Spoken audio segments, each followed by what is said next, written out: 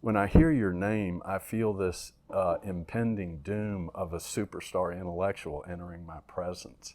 And I think that's built up from the 90s and into the 2000s and into the 2010s when you were constantly slaving away. Right. And also you don't, there's a reputation that will ultimately arrive from that. At the time, academia doesn't know what to do with generalists. Yeah, They want to be able to put a label on you. Oh, you're a literary critic. Yes. Oh, you're a theologian. Exactly. And if you're writing, or you're a sociologist, and if you're writing across the board like that, academia has no idea what to do with you. No, they really don't. But I know this, that when Mary Eberstadt says something, I listen. And when she says that you're one of a handful or two handfuls of our best intellectuals in this country, that makes it true. Mary Pretty introduced damn true. me at the poetry reading last night. Mm-hmm. She got out of her sick bed, she'd broken her foot and came to do that. She has been a wonderful friend. Well, when I look at who you all have worked with, it's astounding. We'll get to that. And I think in my finance career, I've worked for some stars more on a regional basis, but of similar. And it's such a pleasure to do that, and I want to hear more about it. Though I have this metaphor I've used for certain writers who all their contemporaries liked, and I say, but you see it most often in like rock bands, which is you have to be good enough to clear the hurdle, right? But after that, fun to be with counts as much as anything else, right? Every group has like the Ringo in it, the one, he has to be good enough to play with them. Yes. But then the difference between people who could play with them and Ringo is that he was just good enough to play with them and he was fun to be with. And every rock band, you have to have that guy who is... You have that, and I think kids today understand mentorship a little better than my day, but mentors help you get where you want to go, but they also, once you get there or on your way, all you have to do is think, what would Richard John Newhouse do, right? And then you go, there's my answer. I also think that, this whole self-conscious idea of mentorship, and you have to, the kids, I think they're sort of brought up in a falsity of human relation. If you're self-consciously thinking, I am going to have this man as my mentor, right? That whole idea of mentor is actually not the way the world works. But anyway, okay. Yeah, no, well, we were talking about happiness. I think it was coming out of the conference on Monday afternoon and thinking, well, if you're trying to be happy, you're not going to get there. If you're focusing on mentorship, you're not going to get mentorship. It's not. I feel the same way because these young friends of my daughters talk about networking. And I feel exactly the same way. Like, networking is true if you're not thinking about networking. If you're not thinking about networking. If you're thinking, I am going to go out now and network, you're not.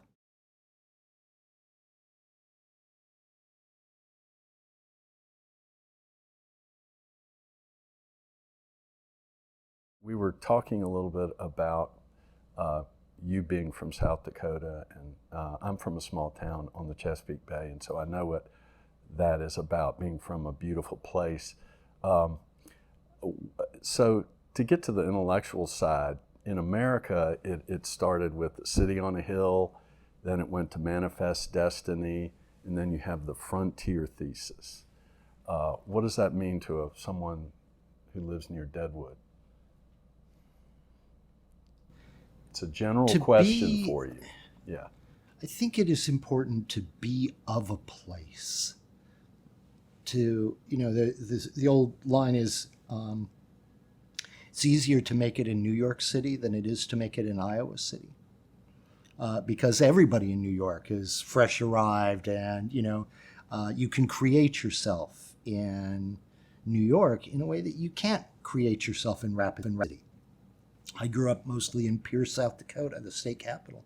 By the way, this is how we tell Dakotans from Outlanders. Is that Outlanders say the state capital is Pierre, and we say it pier like a fishing pier. Pier. Oh, Pier. I would have said it wrong. But, there is especially when you're young, there's an attraction to the anonymity of the crowd. where you can get in trouble and the person who's shouting at you doesn't say he's going to go tell your grandmother. You know, there's an attraction to that at a certain age. But it is, I want people, there's a reality to place, and I think it has a moral purpose. I want people to keep their accents. I want them to sound like they're from Virginia, or they sound like they're from New Orleans, or sound in that drawl like they're from the West. I want people to have that, because keeping your accent is a kind of declaration that you are not easily changed by the winds of fashion. And this is what we're looking for in the people we want to be with. We want them to have a certain gravitas, a certain weight of personality, a certain ability to stand against the mild winds that would blow the unfocused, the unlocused from position to position. So I love people being of a place. Yeah, it's like you're bringing something to the party. When you go to the cosmopolitan area, you're offering something that other people may not have.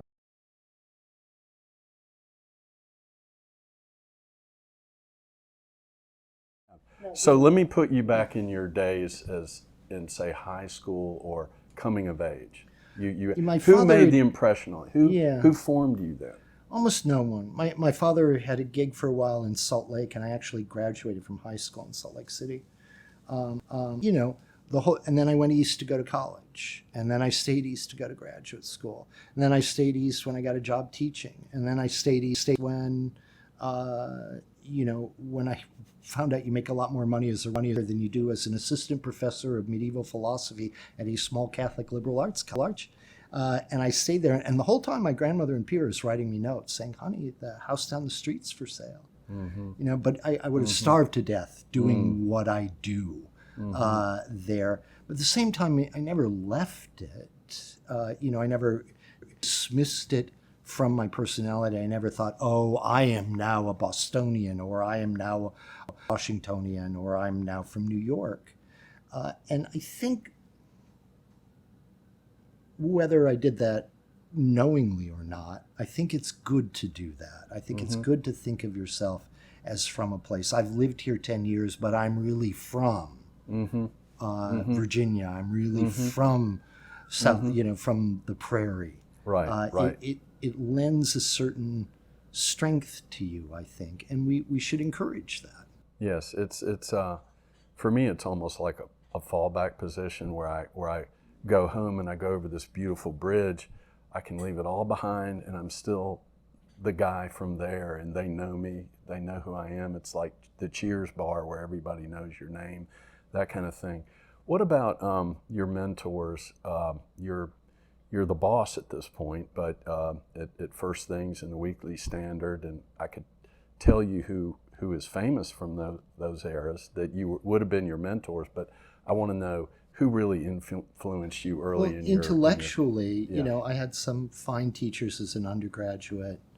You know, Henry Veitch, the philosopher, the medievalist Tom McTighe, the great scholar of Teilhard de Chardin, Father King. These were all professors at Georgetown as an undergraduate there. In graduate school, my graduate school was the American home of continental philosophers. So I studied with Paul Ricoeur, Hans-Georg Gadamer, Habermas. They were all there at my college, at my graduate school, and took courses from them. That's incredible. And that was serious. And then, yeah, you know, you meet people just writing, and I would meet who really influenced me. They're not always the people I end up being closest to, but the people who help form my mind. Yeah. I think Richard John Newhouse to some degree, although, you know, he's more of a friend. Michael Novak is the same. Yeah.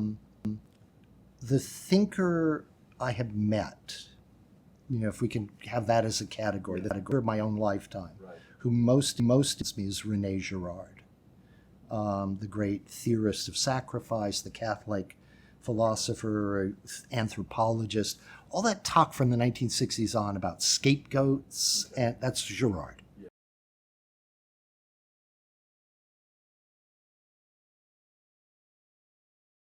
the opening poem of my latest collection, Spending the Winter, is dedicated to Girard, and its deep work is an analysis or an application of his theories of sacrifice.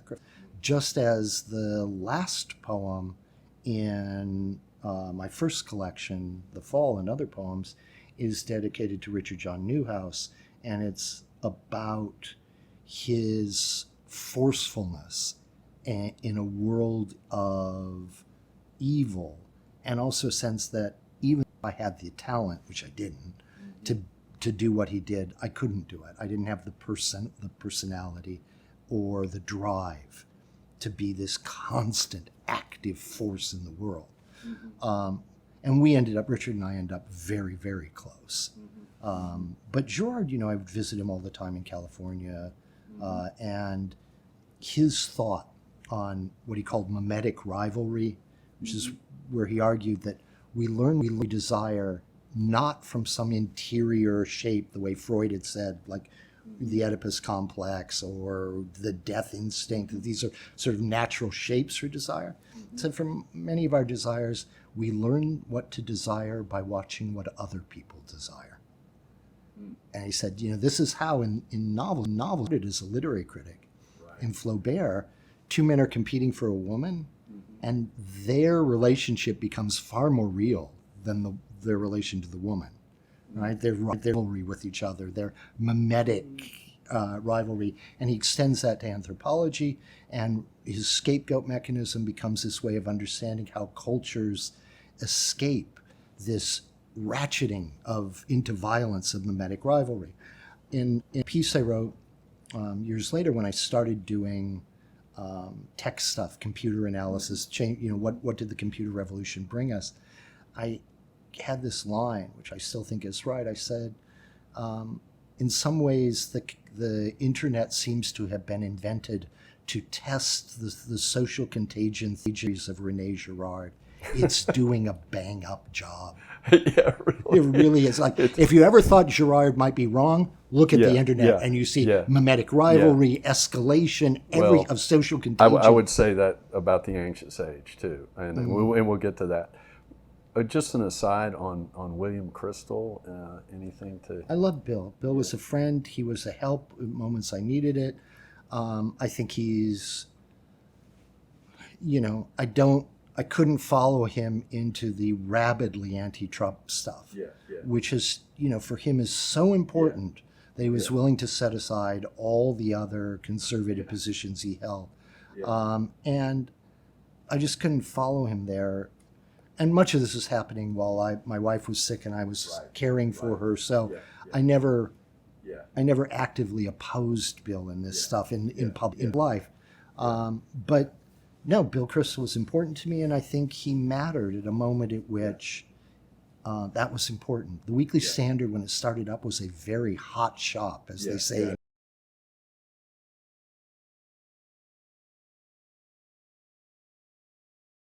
I've also never been someone who cuts off friendships over political disagreements.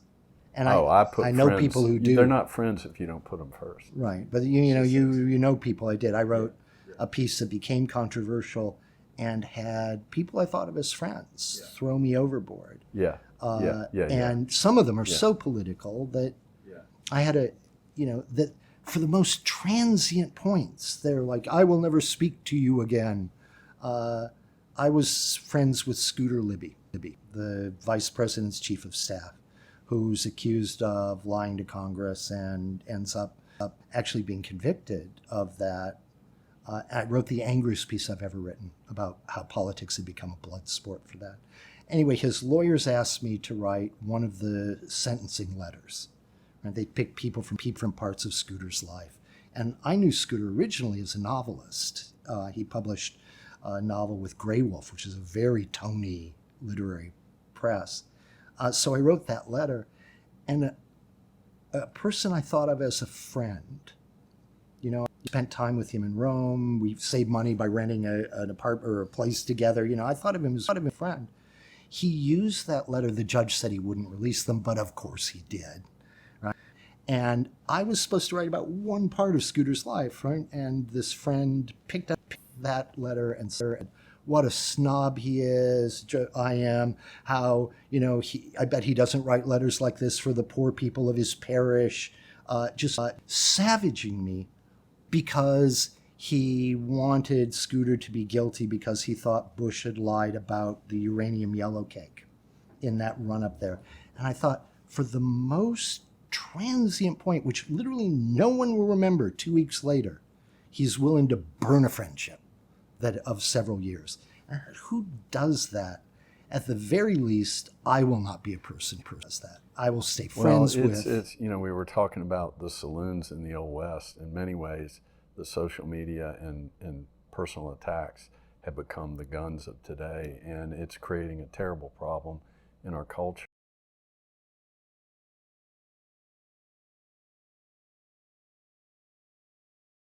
One last question before I ask you about worldview is, how did you and Mary Eberstadt meet? You all are real friends? Yeah, I can't actually remember when we first met. Mary said it was at a wedding, one of our mutual friends' wedding, right when my daughter was born. And I remember that, but I thought I knew Mary before that. So, no, I don't have this moment where I met Mary Eberstadt. We had read one another. Mary, had worked for Irving Kristol and with Todd and Richard Starr and others who Irving passed through his shop at the Public Interest. And that was a real springboard for a surprising number of people. As they would be interns at the old Public Interest magazine, which is a sociological account of American politics and American policy. And we just, that kind of person you meet, and it's like you can't remember when you met because it is almost as though you had always known them. Mm-hmm. That's my relationship with Mary. I feel like I've always known her. Well, it was funny. I had the same feeling interviewing her 10 years ago, and so she's a special person.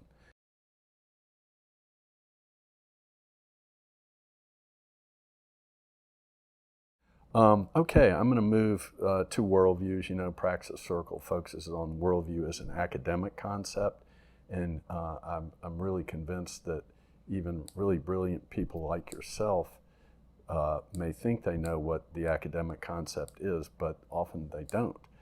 So it's kind of a special secret out there that a lot don't get. But I love this phrase in what I'm going to call AAA, an anxious age. And I think it is, we lack in the U.S. or in the West, we lack a coherent worldview in the West, okay? And here you are, a dedicated Christian, but you make that statement, I can fill it in, but my question is, how do you define worldview and what is yours? In a nutshell. Yeah, I'm not sure about the technical use of it in certain academic circles or certain non-academic circles. Right. I will say this, you can't have a worldview by yourself. Right? This is a social construction of how we are going to look at the world together. Just like you can't have a language for yourself. Language is meant to be shared. It only has meaning if the other can hear it. A worldview, I take it to mean how is it that we jointly, socially, emotionally see the world? And by world, I mean the universe, which extends to the more eternal truths and all the way down to how we joke about our in-laws. The universe here is a familial universe, a social universe, a physical universe, and a moral universe, bound together in the unity of truth by a certain consistency of intellectual endeavor, an intellectual shape. It has to make sense. What you cannot have as a good worldview is anything that partakes of the doctrine of double truth, as though, well, there are truths in poetry, and then there are truths in physics, and then there are truths in theology, and they don't contradict each other because they live in different worlds. That will never suffice for a worldview. A worldview has to be able to say, if science tells us actual truths, then religion must account for them.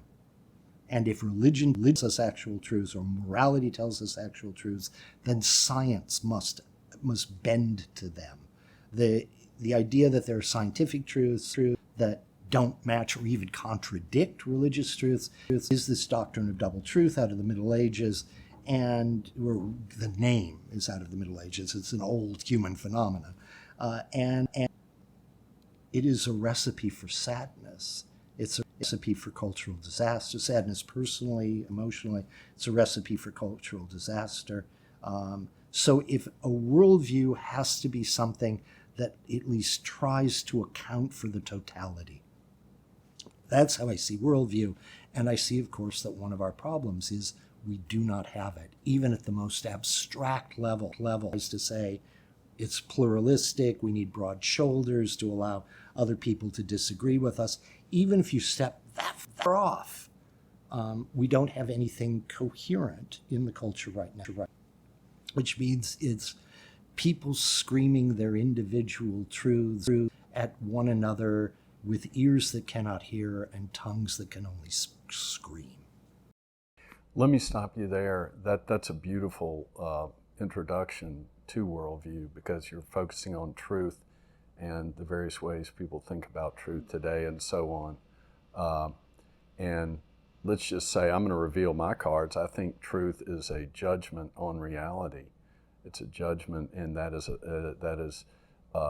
it doesn't mean that we're judging truth. It means we have to collectively, as in a community, to operate. But there is an objective truth out there in my worldview that is independent of any judgment that people make. But the point is, you're connecting it to a community, you're connecting it to language, you're connecting it to, I think, a reality out there.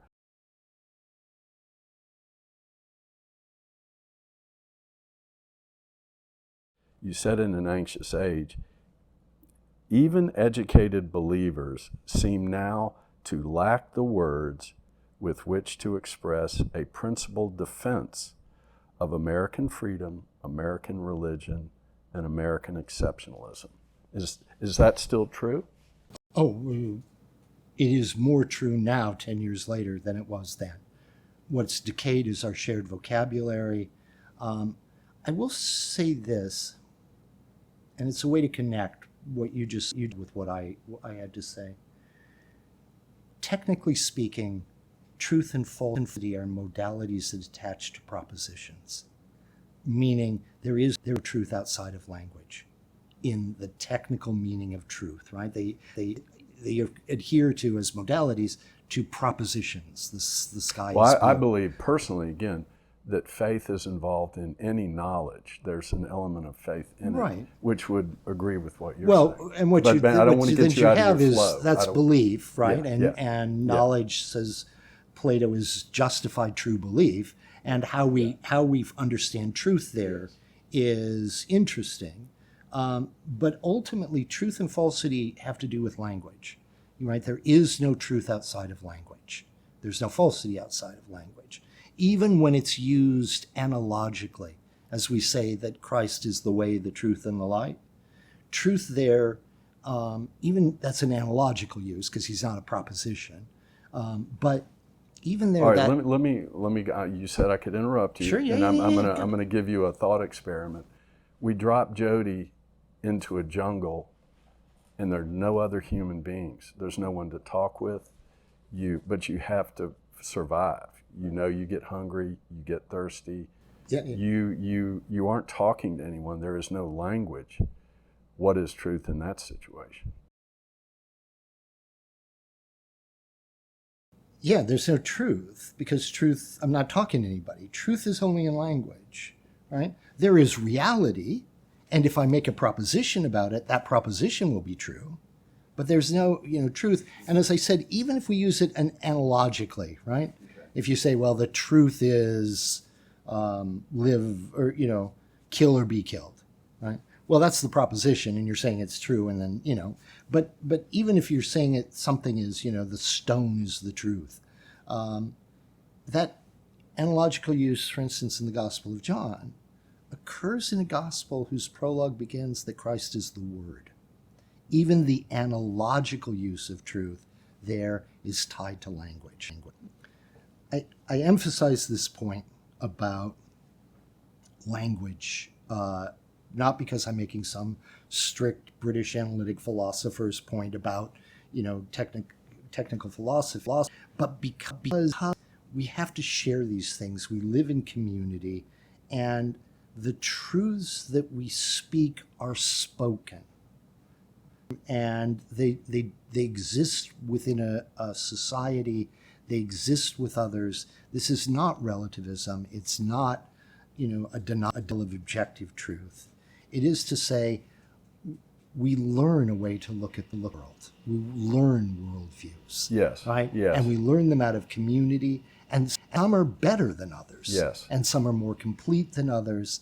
But they are all shared. Yes. And it's meaningless to say, I have an unshared truth, it's because it tempts one to the kind of relativism that has eaten up a lot of discourse where you say, well, it's true for me.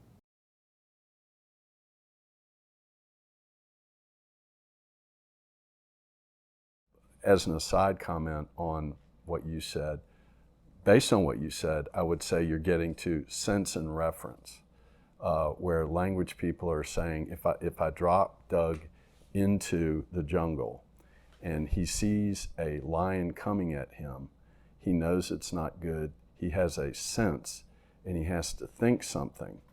And, the reference will be the word. And so it is, in that case, subjective thinking. I immediately start thinking and acting based on truth without saying a word. But to verify it and build it into objective truth, you have to have language. You have to have other people there.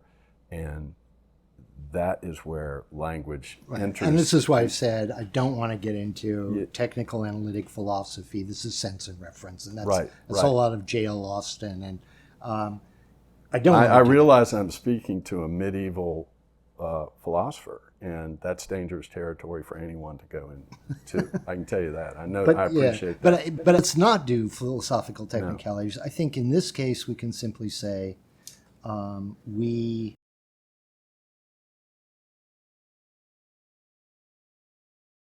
if we have a worldview that can be articulated, it's meaningless and potentially damaging to say, well, it's my worldview. It's not. Worldviews, to be meaningful, I think, have to be shared. They are corporate and social ways of looking at the world.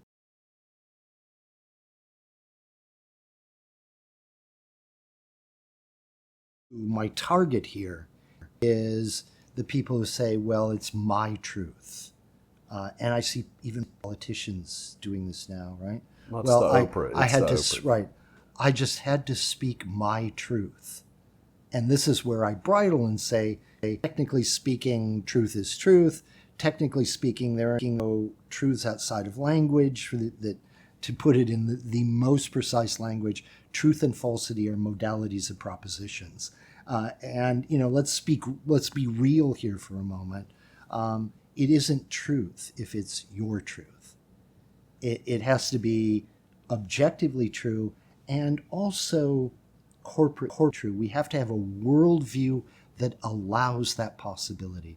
Now, Doug, I've always been a big shoulder guy. I've always loved America for its pluralism. I've always loved disagreement. I don't like fights the way John Newhouse loved fights. At his funeral, I quoted the line from a novel, "He was too great a man to have fought for less than the truth, but it was the fight he loved as much as the truth."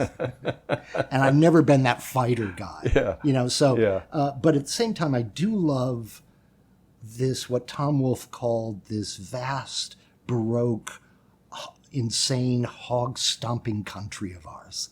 I love the diversity. I love the madness of it. I love that we've got snooty academics at Harvard and NASCAR fans in Atlanta, Georgia. I love how weird it is, and the Cowboys out west. And that's what I want. I want that diversity. But even there's a worldview, right? There's a worldview that Emerson puts in the democratic mind. There's this worldview that says we need to have broad shoulders. We need to mix with one another. My parents used to say, we're going to get you this summer job hauling because you have to learn how to rub shoulders.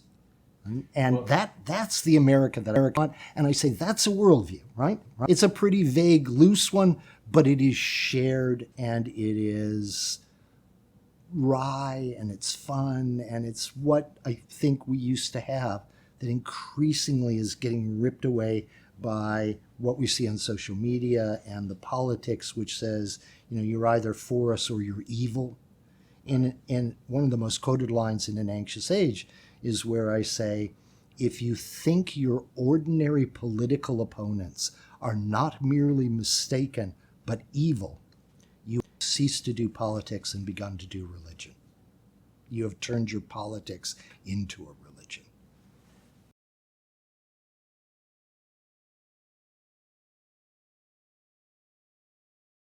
Well, I completely agree with everything you said, and I will just leave it at that. So we know we share the same worldview on some basis. But I'm going to come back to my question, and I'm going to read this again to you. You said it's gotten worse. This is what you said. Even educated believers seem now to lack the words with which to express a principled defense of American freedom, religion, and exceptionalism. Okay, if that's true, doesn't America and the West need a new narrative and new vocabulary to connect us to, I would say, to Judeo-Christianity? Or we need a resurrection of the old vocabulary. Of the old vocabulary. Right, which is, okay. This is the John Courtney Murray project, as it was often put. John Courtney Murray was a Catholic writer back in the late 50s. He was an advisor to Kennedy, the Catholic advisor to Kennedy. He was on the cover of Time magazine. And he's got, a way in which you can be Catholic and American. He was looking for that at the time. And it had a lot of influence on people that you had met and talked to. Michael Novak, George Weigel, Richard John Newhouse. That he had a lot of impact on those people who came of age as Catholics at a certain time in America. And that's great. But what I want to think about here when you ask that is, what's the consequence of our not having that, right? If you're an ordinary person and you walk down the street and you sort of believe in American exceptionalism because it's in the air and it's been in the air since, Winthrop called it a city on a hill. If you've got that, can you actually defend it? Do you have any sense of what it actually means? And this is what I meant by sort of educated believers no longer having the vocabulary to support these what Alistair MacIntyre would have called taboos, which are moral propositions that we've forgotten the reason we used to hold them for. And then if anybody blows on them, they fall down. The great example would be, he's using this out of the Polynesian history of the taboo, but we used to be able to explain why we thought public nudity was wrong, right? And then after that reasoning went away, the proposition public nudity is wrong survived for a long time until Hugh Hefner comes along in 1955 and says, prove it. He challenges us to prove it, and we find that we cannot. Yeah. These lines that we don't have the vocabulary anymore for it. This was an argument. Let me tie this to something else. This is essentially a point I made in something I got very beaten up for, which was when I did a big cover story for Commonweal magazine, in which I said the church should probably get out of the same-sex marriage fight because they're going to lose it. And then they're going to lose it because Americans no longer have a vocabulary in which they could explain what was wrong with same-sex marriage. They don't have a metaphysical vocabulary, and all that only leaves the one vocabulary they have left, which is the language of legal equity. And that's, if legal equity is all you have, you can't explain what the difference between men and women is. You can't explain what the purpose of marriage is. You've lost all of that reason. Then legal equity becomes your own reasoning. And what does that say? Well, why should those two people be deprived of this? I didn't say it was right. What I said is the country lacks the shared vocabulary to explain to itself why that's wrong. And consequently, this is lost completely. And to invest in fighting it is going to just waste money and time and prestige and reputation. And I said the church should just, and Catholic scholars should just say that's a lost fight. We're not going to win. Well, it. I completely agree with you on that one too. Mm-hmm. And I think one of the things that's so exciting about the times we're in is it is time for a whole new vocabulary, comprehensive vocabulary. Oh, exactly. And think how much it's escalated since same-sex marriage. Yeah. All right. Where we now have people who say they can't tell the difference between men and women. I mean, Andrew Sullivan and my old friends who liked the same-sex marriage and invented it out of whole cloth. I mean, it was just purely an invention that they never thought was going to go anywhere. Right. And then they ended up winning it. They at least understood that same-sex attraction required that there be a difference between the sexes. Yes. And now that vocabulary is so far gone that our inability to have a metaphysic would let you say why same-sex marriage is not marriage, right, now has reached the point where we can't even defend the proposition that men shouldn't compete in women's sports. Since the early 1800s, and maybe you can go back to about 1750, what would be called the far left today, then and through now, to the extent there's continuity, they got very good at language. They got very good at inventing new ways of thinking and new language. Well, it's also a dissolution of language, but but that's part of the game as well. Yeah. And so I love and appreciate and know very well the wonderful meaning of the word being conservative, but I really don't like the label, and I think it's actually, I think what I believe in explodes the power of the ages. So to say it's, some sense holding people down, I know that's not what it means, but it's confusing. They've warped it, and we need new ways of talking about this.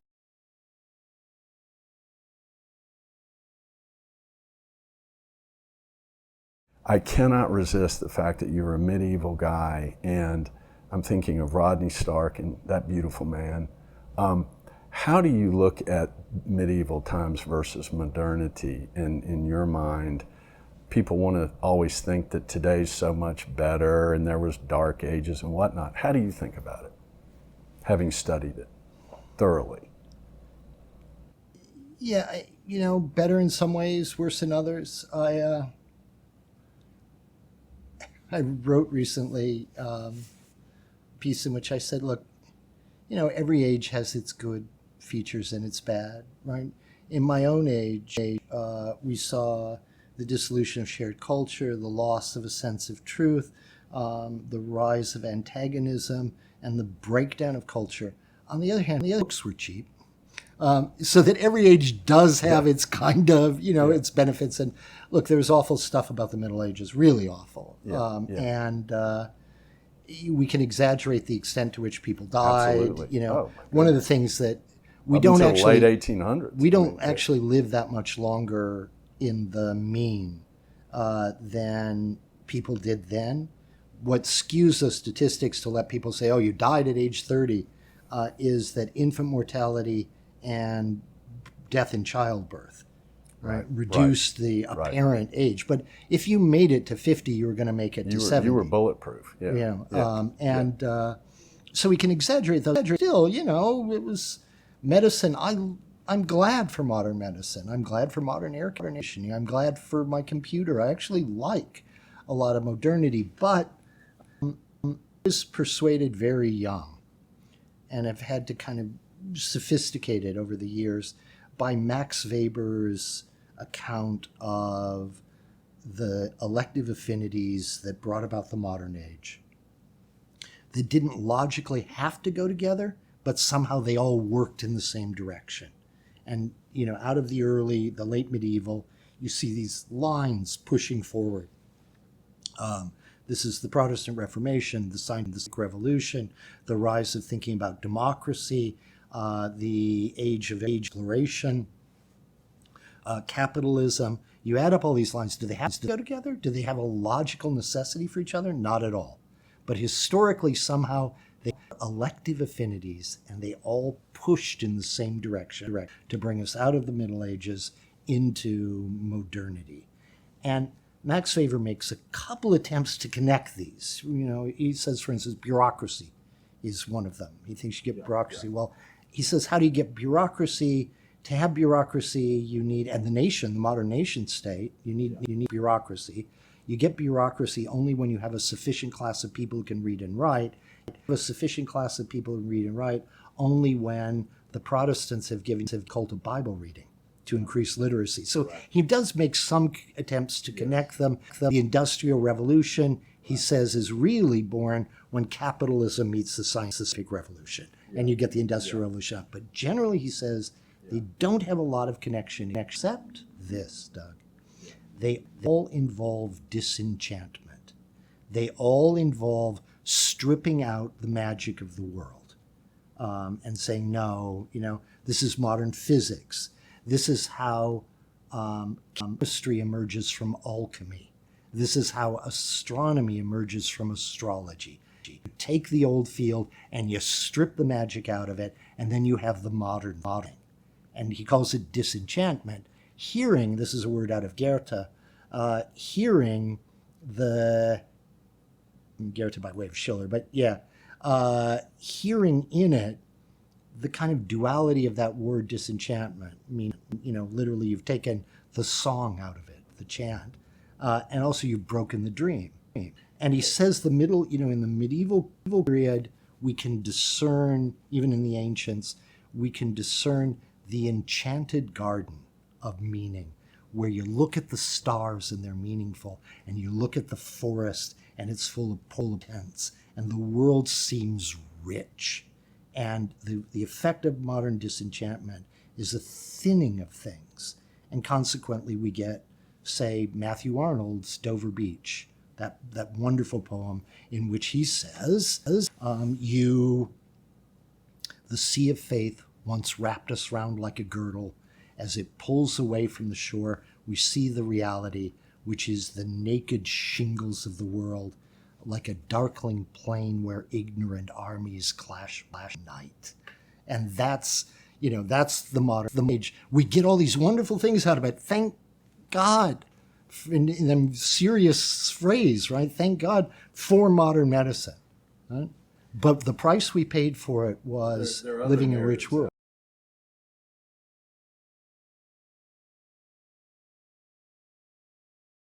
There are other narratives out there too, other than that one. That one's a big part of it.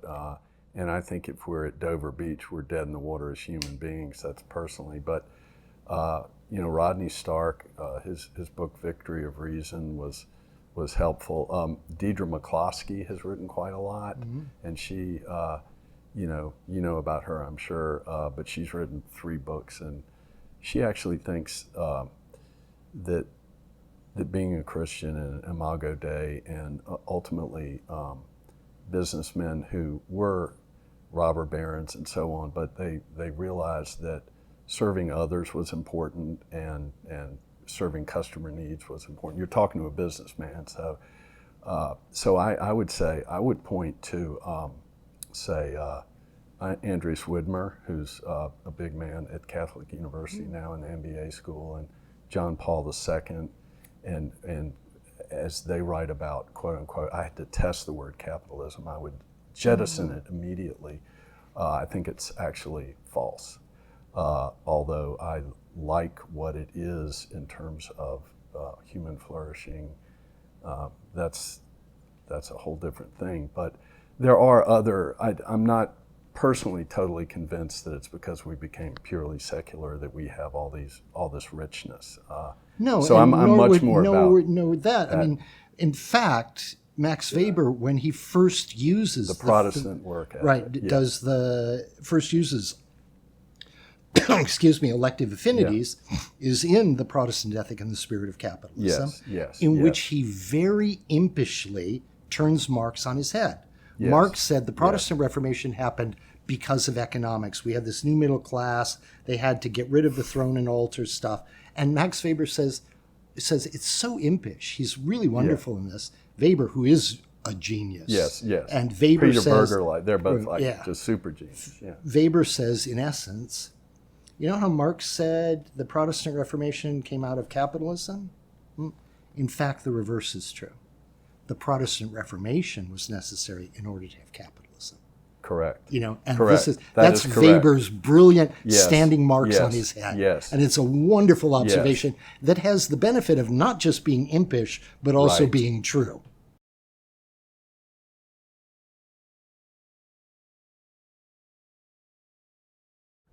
Is God real? Okay. And is God a good idea? Let's say the Christian God of the Bible or of Anselm or Augustine. Is God real? Is God a good idea? I think social scientists are really starting to almost all agree that God's a very good idea, But is God real? How is God real to you? How do you satisfy yourself as a Christian? But you could be a Muslim, you could be any supernatural oriented person. How do you satisfy that to yourself?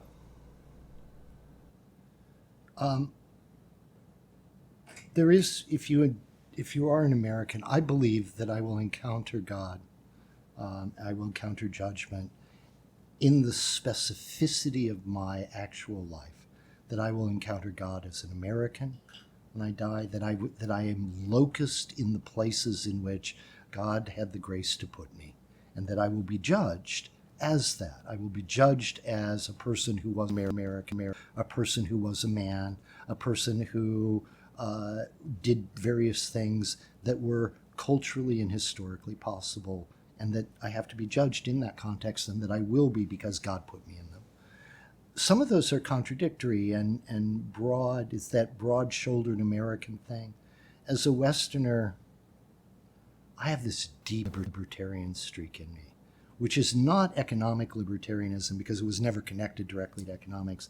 It is just this conviction somewhere down in my boyhood psyche that the goal in life is to be no man's slave and no man's master.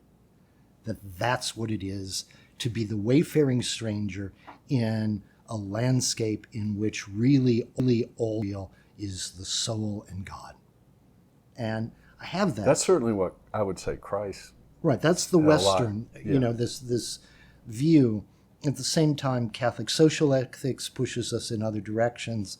I would say the easy answer, which I'm not going to take, is I encounter God in the Eucharist when Christ offers his body to us. That is a theologically correct answer, an ecclesiologically correct answer, but I feel like you're looking for something more than just that kind of, where do I encounter God? I encounter God in the sacraments. I do, okay? And that's what's real. At the same time, I'm always mistrustful of instrumentalists' accounts of God. I think God is a good idea, socially and so on. But I would love Jesus Christ even if my loving him meant that all those instrumental reasons were wrong. I would love Jesus Christ even if loving him condemned me to hell.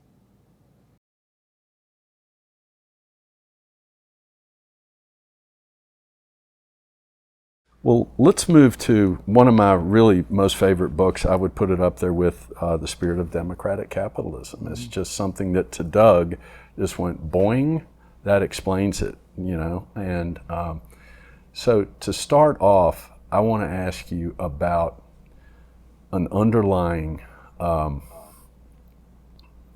thesis, I will call it, that you don't see all over the place, like the frontier thesis, and that is the Erie Canal thesis.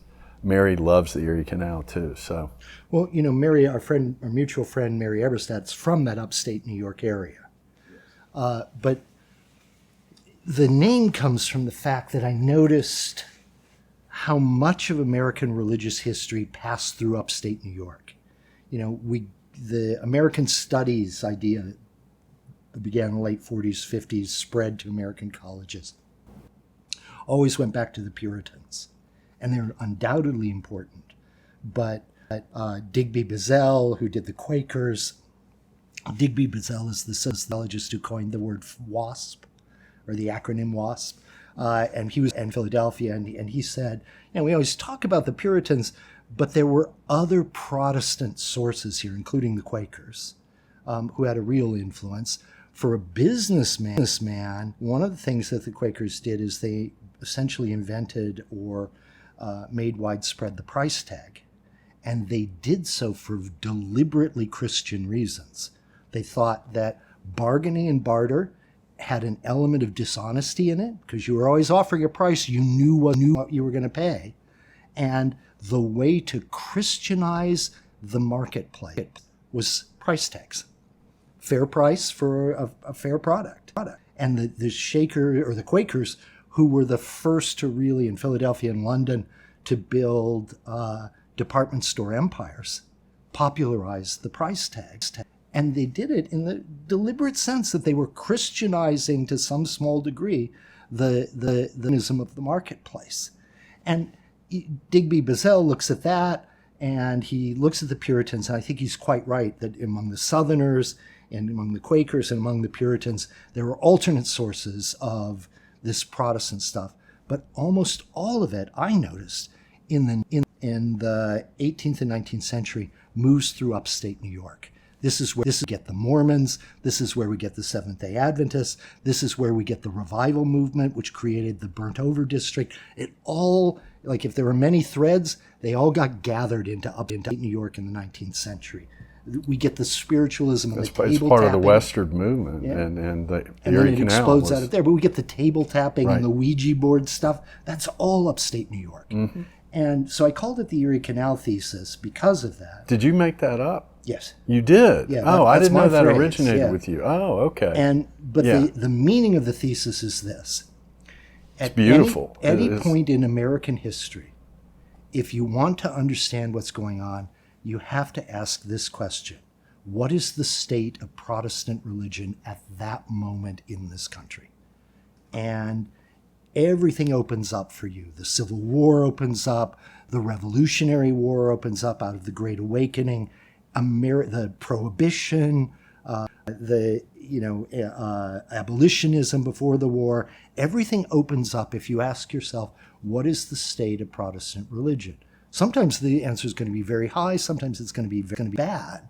But that's the question you need to ask to really understand any particular moment in American history, including our moment.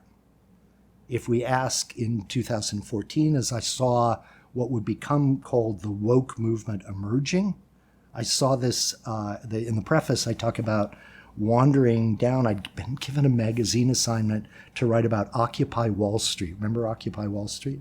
And I'm talking to these kids down there, and I ended up not writing the piece because I didn't have the answer yet. But I realized something, that there was a profound spiritual anxiety about them.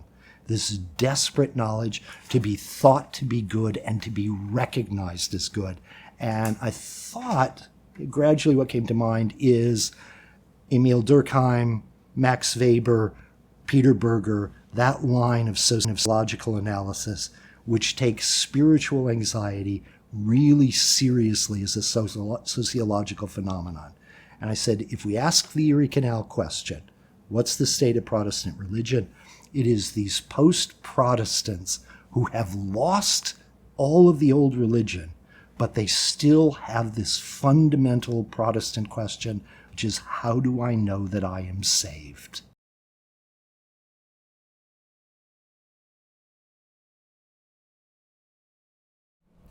I've got you 100%, and you state it so clearly. in the anxious age, that's an obvious theme that you state clearly then, but it really illuminates really all of modern Western history to me, because I think, was it Martin Luther that made Protestantism happen, or was it the vernacular? Turning the Bible over into the vernacular within 50 years, it spread everywhere, literally in Europe. And I mean, I personally, as you may know, I'm the biggest fan of the Catholic Church who's not a Catholic. Like my friend Pat Calhoun's the greatest Clemson fan that ever lived, and he went to Carolina. But, you know, I think that's so illuminating. So let's go right into the poster children. And you take a snapshot then and you say, what is the state of Protestantism then, and their poster children? What is that? Well, that's a play, of course, on the missing kids of, poster kids, and who used to appear on milk cartons. But also, they're examples. They're the poster figure for certain lines of Protestantism and how they look once you strip away the actual religion. Once you have what Flannery O'Connor called the Church of Christ without Christ. You strip that away, they still feel churchly. They still feel like they are the center of America. Doug, this is where I'm in the opposite position, where you're a Protestant who admires Catholicism. I'm a Catholic, a lifelong Catholic, but I look at America under the Protestant ascendancy, these 250 years or more of Protestant definition of America. And what Tocqueville said, every little sect fought with every other little sect, and the two seed in the Spirit Baptists were vehemently opposed to the Green River Baptists. And, there were probably 16 different varieties, identified varieties of Baptists at that moment. And they hated each other. They prayed for one another's souls because they assumed that the other Baptists were condemned. And they were not violently, but they were strongly opposed to each other. It was. The same thing in Luther's time. Protestants were doing that. And yet, somehow in America, Tocqueville sees this in the 1830s. He says, even though they opposed one another bitterly, they agreed on nothing doctrinally. Somehow out of them all there was a unity, and emerged what he called the central current of American morals and manners.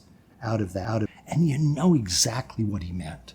Right? This is how we got births and baptisms, deaths and funerals. This is how we got the definition of the family. This was the locus of charity. If you were going to give money, you gave it to the churches to distribute. Right? But even more, it gave a sense that very American Protestants, that the drama of the individual soul's redemption, that's cosmic drama, is far more important than politics. And our art reflects that. Our novels are not about politics. Every European novel, the minor characters are more politically aware and politically smart than the major characters in American fiction, because it's not what we are about.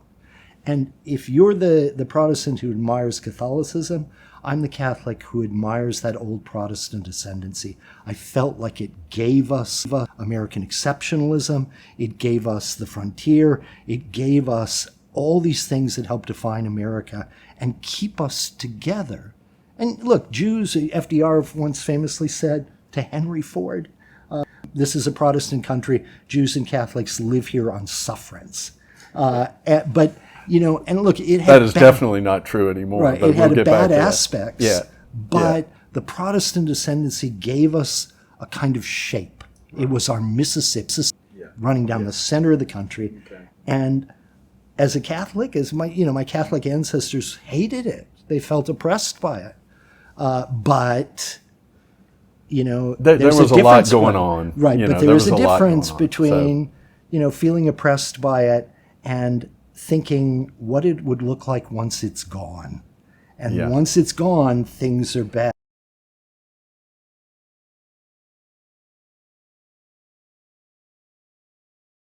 I think my ancestor, my predecessors were right. I also think I'm right. I think that we have a duty, you and I, on some very high level, that in an age of chaos, we should be agents of order. In an age of order, we should be agents of chaos. And we are in an age of chaos, and thus we are called morally, because there is no perfect solution. No. Right? There is no perfection until the eschaton. Right? No. There is no perfect solution. No. We work with what we've got against a pendulum that swings back and forth. My ancestors lived in an age of order, and they said we need to be Catholic, chaotic agents. I live in an age of disorder, and I think my job is to be a Catholic agent of order.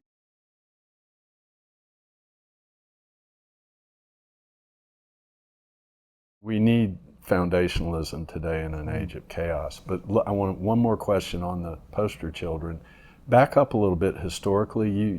Your flash freeze, it was in 2014, talking about what had happened, let's say maybe since the year 2000 in them, or probably started maybe in the mid 80s, late 80s. But anyway, we're poster children. But back up to the early 1900s, what really got them there?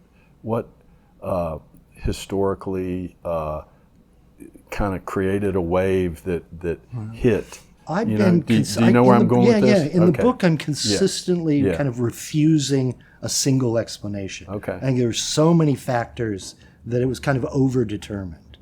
One of the underappreciated elements was the mission boards. These Protestant churches were sending off missionaries, especially the Far East, Africa, and they were for the Presbyterians, the most prestigious part of the church was the mission board. And they and the missionaries were going on where you were a Mennonite, but suddenly you were surrounded by your other missionaries, and a kind of what they called an ecumenism of the trenches emerged. It infected the mission boards and then infected the churches. Suddenly doctrinal differences between the Presbyterians and the Methodists seemed a lot less important when the prestigious part is the mission boards. And this is where the really best and brightest were going. Your sharp kids who were morally serious, what did they want to be? They wanted to be missionaries at that moment, right? So you're sending your best kids out, and they absorb it and they come back. Then they're on the mission boards, and nobody in the Presbyterian Church feels that they have the authority to stand up against them. The ecumenism that happens starts to erode the doctrinal distinctions that Tocqueville had said these different denominations and sects had. You also saw pressure toward unifying, so the Baptists are going to come together into the Northern Baptists and the Southern Baptists. The different Lutheran churches are going to try and blend, still haven't perfectly. This was a movement. The Congregationalists are going to merge with two German Reformation churches to become this United Church of Christ. The Congregationalists disappeared into that. So you saw this pressure of kind of consolidation. That's another cause. But I actually think those possible the triumph of the social gospel movement. And that, I think, is a major factor. Walter Rauschenbusch was a rhetorical genius, really wonderful guy who really, really knew the Bible and really was a believer. Some of my friends, like friends and Hauerwas, want to say, well, he was never a Christian. I think that's wrong. He was a very serious Christian. What he said, though, is that individual sins are not what Christ died for. He died because of these social sins, and the ganglion chain of redeemed personalities. Bush was just a wonderful rhetorician, is what will, all the people who real the social problems that Christ bore upon his body. The consequence of all that, of course, is that Christ ceases to matter. He becomes this moral teacher who moves us up to the next level of morality, and then we don't need him anymore. Well, so for Rauschenbusch and the very well-trained Bible-reading congregations he was speaking to, it was one thing. Their children are not going to understand why they need the Bible. Their children are not going to understand why they have to go to church. And their children are going to think, why do we have to believe? We are already redeemed personalities living at the higher level of morality. And these are the poster children. They don't go to church. They don't even have memories of their families going to church. They don't understand that their family were Congregationalists, which made them different from the families that were Methodists. They don't have any sense of that. All they have is the inherited Protestant sense of being of the moral center of judgment for the world. It's a little bit of a sin of pride, a puritanical sin of pride, whereas I heard you describe a couple of days ago, they climb up the ladder, they kick the ladder away, they're the only ones up there, and what used to be more of a private matter is now all politics. God is gone, Christ is gone, it's all political. I know exactly what's right. Now the Protestant forebears were like this. I mean, it was, the New England with the prestige, after the Civil War, with the prestige of having been on the right side of abolition. These women were... Believe me, I'm on the wrong side, living in Virginia, right? Right, but they felt like, they were the center of moral judgment. They were puritanical still in a certain way, but we are the redeemed. We are the elect. And the Boston School of Cooking comes out of this, nutritional stuff as a way of saying, well, we've got to get into the kitchens of these poor, benighted immigrants and clean them up and teach them to eat bland food. And this was all that kind of moral certitude.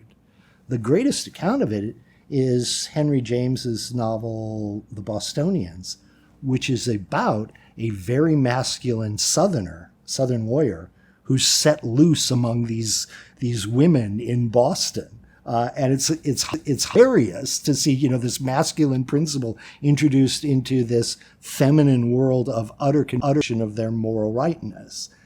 Henry James is a genius on this stuff.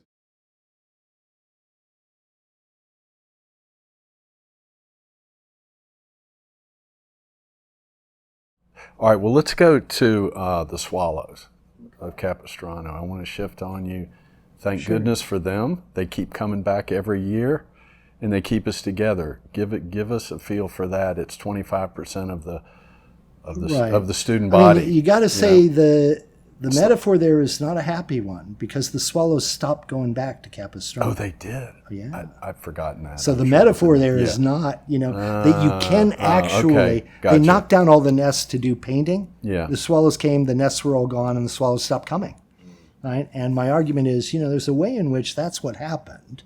These kids, these JP2 kids, some of whom are now 40 years old, not kids anymore, were an interesting phenomenon. They were highly intellectualized. Their faith was often what drew them to the faith or back to the faith, very often was a kind of intellectual conviction, which we'd seen before. Avery Dulles was an intellectual convert. John Henry Newman was an intellectual convert. Thomas Merton. That the mind is convinced of the structure of truth before the instrument of faith is engaged. And we've seen converts like that before. And that had a lot to do with this. Also, what that second half of the book is about is what Richard John Neuhaus would have called the Catholic moment, which was this brief period where it looked like we see the mainline Protestant churches collapsing. They went from 50% of America down to 10%. Huge sociological change. And they ripped that pillar out of the support for America.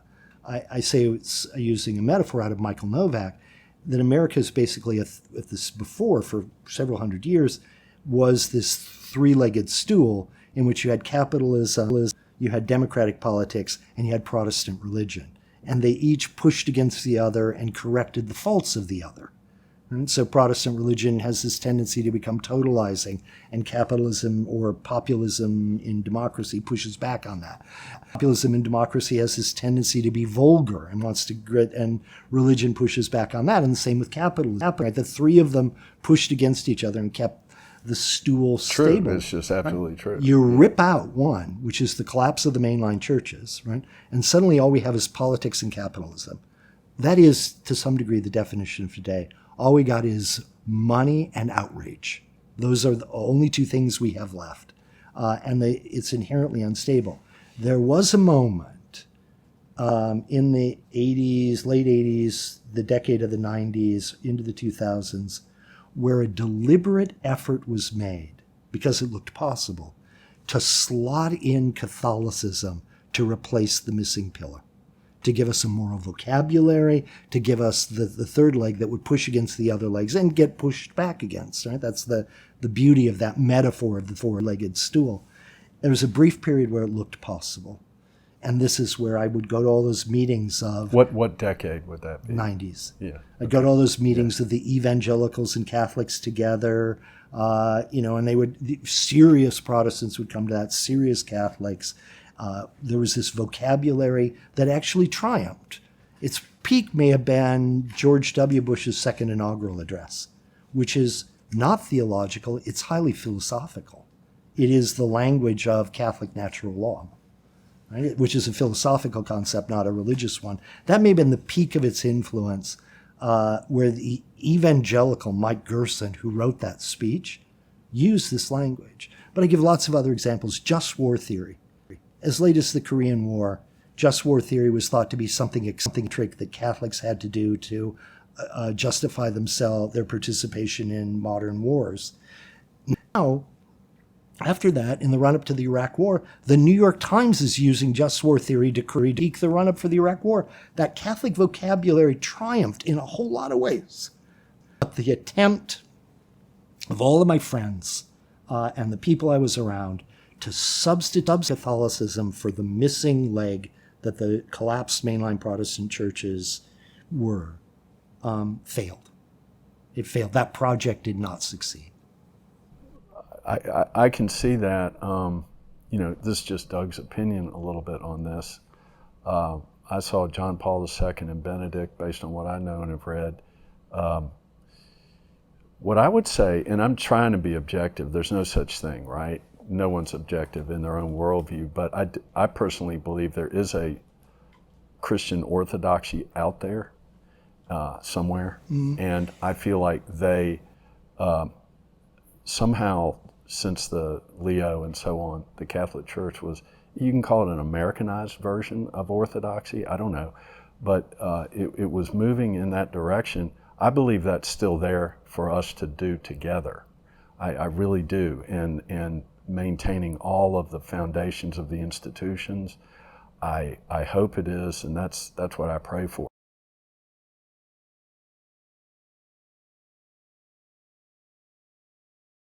Here's my question for you.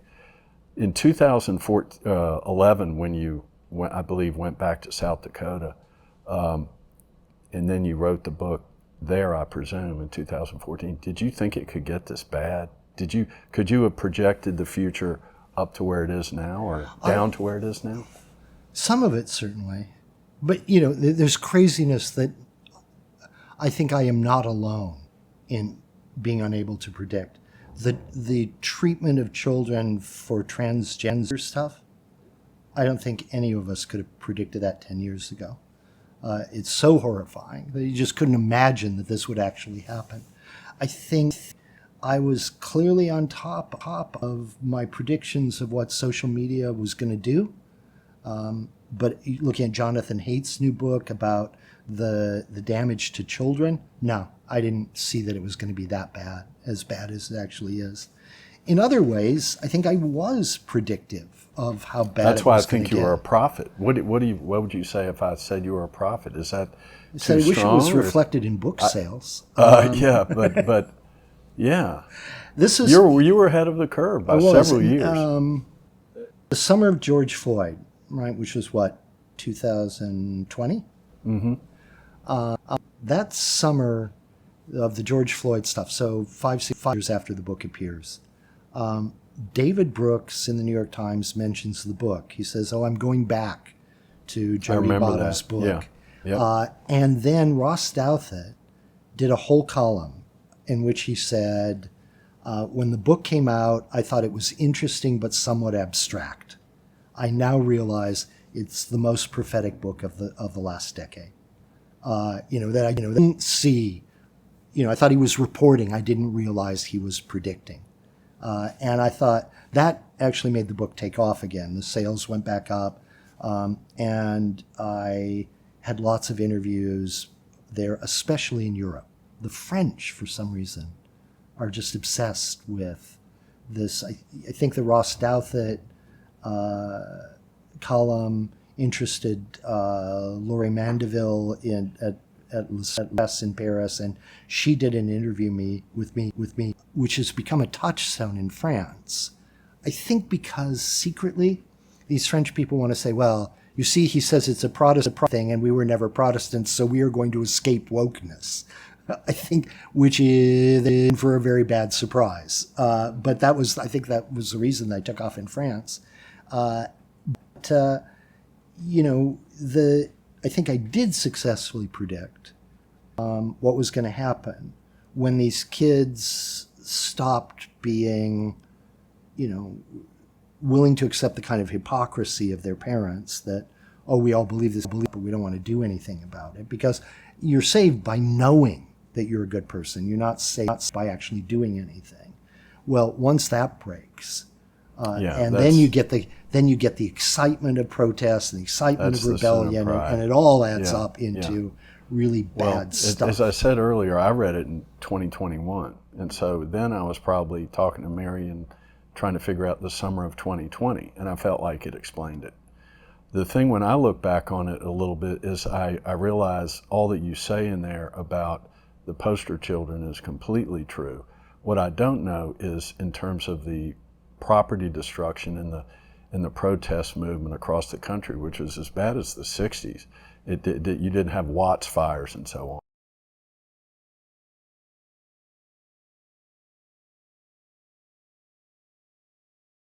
Was that the product of the poster children who are probably still in their rooms, or was it organized Marxist, Antifa, that kind of thing? Do you have an opinion on that? I do. Okay. But I would say some of it is ideological. Some of it is adventitious. There in any movement that claims a moral authority, there are going to be people who take advantage of it. This is the great economic theory of bootleggers and Baptists, where who are the two forces that are actually pushing to keep liquor prohibited? It's the believers, the Baptists, and the bootleggers who make money off of so that coalition. The mafia. Right. The coalition of bootleggers and Baptists is the phrase economists use. It's that. And then there are the charlatans. So there are people who took advantage of this. They've always wanted the destruction of America. They took advantage of this. They said, you're all Marxists. They weren't, but the people didn't have strong convictions, and here are the Marxists saying, oh, you're all us. And then there are the people who take advantage of it. The Elmer Gantry was in Upton Sinclair's account of, novelistic account of this really empty Christian preacher. You're going to see that in any moral movement. You get these people who say, I am your spokesman. I am your deep thinker. And I saw a lot of that with the project to redefine America fundamentally as a slave-owning country. With all the rest of it, you see the charlatans emerge when this situation occurs. And the opportunists emerge, and the kids looking for some excitement. And you add up all of those, and they coalesce in this way. Yeah, it's not one thing, it's 5, 6 things. And the coalition can have horrifying results. I mean, the Khmer Rouge in Cambodia started as a student movement. And it ends with killing fields in Cambodia. The percentage-wise, perhaps the greatest slaughter of any communist regime is the killing fields in Cambodia. That was a student movement. And they got allies because there were people who wanted excitement, and then there were people who were, interested in overthrowing the monarchy. And you got, the allies, and of course then once they get control, the allies are the first with their backs to the wall.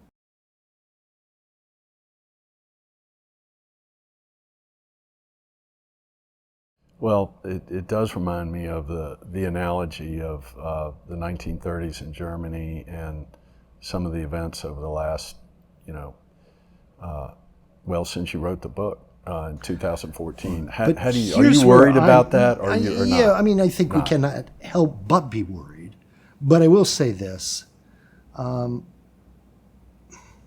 think there's still a sensibleness somewhere down that, we're always catching the cold of fascism and then shaking it off, where it's the Europeans who actually get the disease. The virus here spreads and we sort of shake it off.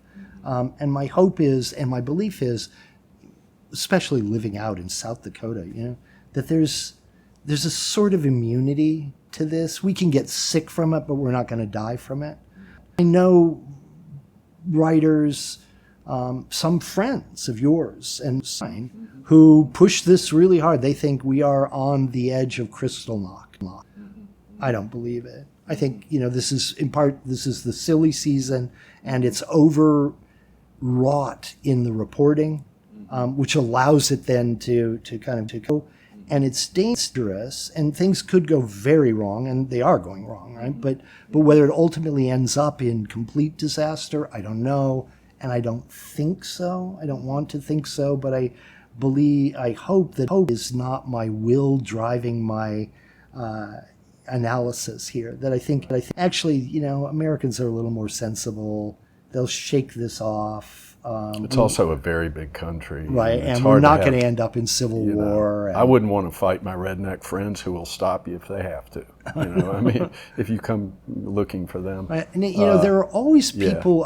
This was a revelation to me during the COVID stuff.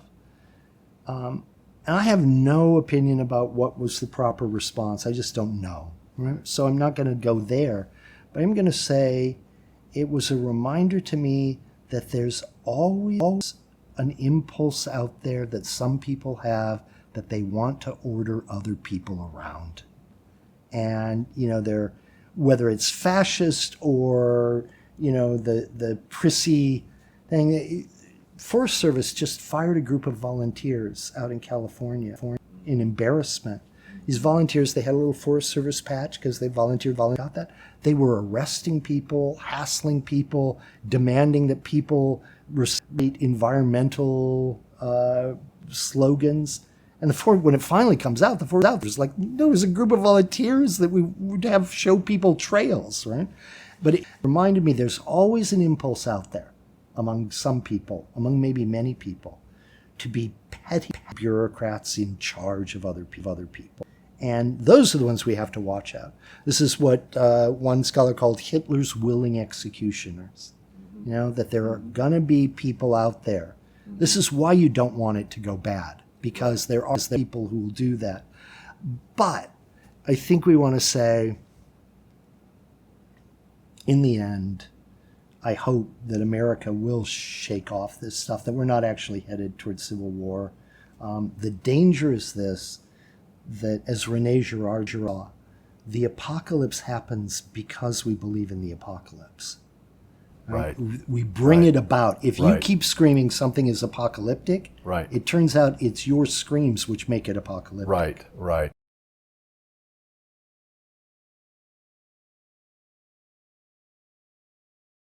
Well, as you could tell from my question that I threw out there, by the way, your summation was beautiful, I thought, at the conference to Empower America, AEI's conference. And the way you talked about the 70s was beautiful. You just had to live through it to appreciate it, okay?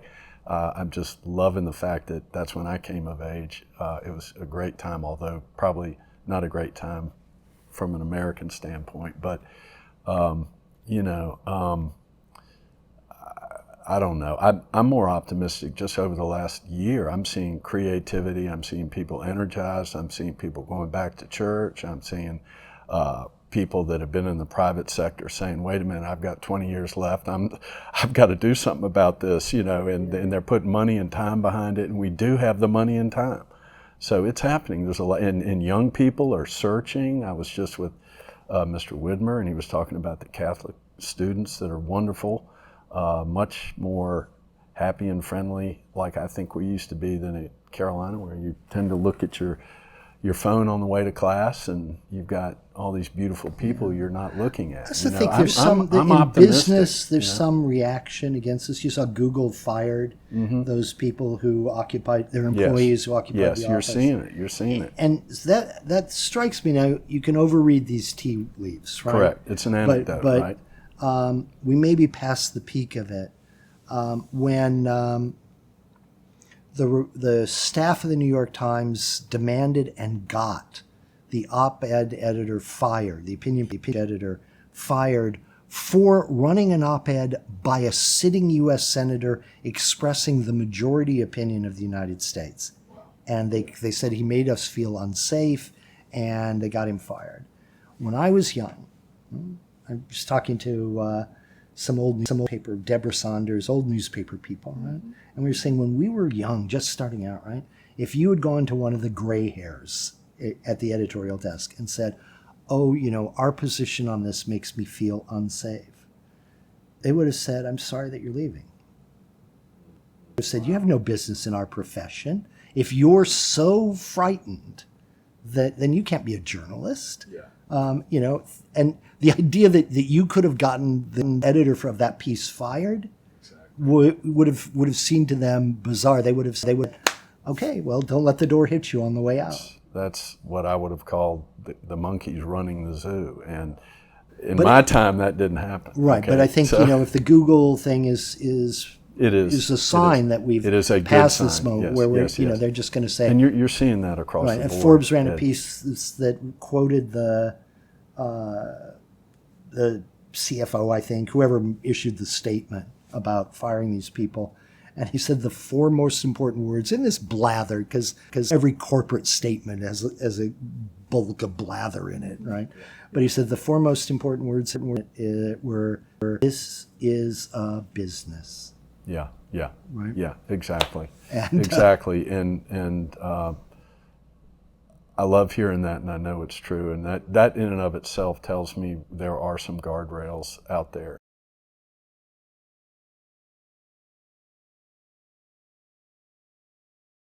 Is there an orthodoxy? I don't like the word orthodoxy because it sounds like dogma, but when you read the gospel and you read the Bible, are there certain things that Catholics and Protestants and Orthodox Christians can agree on that can shape the world? Sure, I mean, well, it can shape the world. This is the theme of, say, C.S. Lewis's Mere Christianity. Mm-hmm. It's mere because it is what we can share. Right? That among all believers. Absolutely. Yeah, that. Whether it will be sufficient unto the social problems of the day, I don't know. There's a tendency toward a kind of old-fashioned 1950s and 60s ecumenism, which wanted to abrade the distinctions. Whereas I've got that Baroque hog-stomping, what Tom Wolfe called the Baroque hog-stomping America, that wants to look to Tocqueville and say, it's through our disagreements that we actually create the central channel. And you don't want to abrade them. You don't want to do that cheap and easy ecumenism, which gave us lots of bad results. We want to say we disagree fundamentally, but when truth is on the line, we stand on the same side. That's the strong ecumenism. That's the vital ecumenism. And that comes from knowing what we believe as different from what other people believe. And yet, right, I will stand up for your right to say, if I believe in free speech, I think we have to go with Voltaire's line, right? I disagree with you fundamentally, and I would die for your right to say it. I think that's the kind of strong American sense that Emerson calls us to in The Democratic Mind, that an appreciation of difference in America and pluralism calls us to, and that true ecumenism calls us to. I don't demand that the differences between you as a Protestant and me and a Catholic are unimportant. They're vital. But when someone faces the gun, we're on the same side. I do think America can get to that, but perhaps we need an enemy to do that.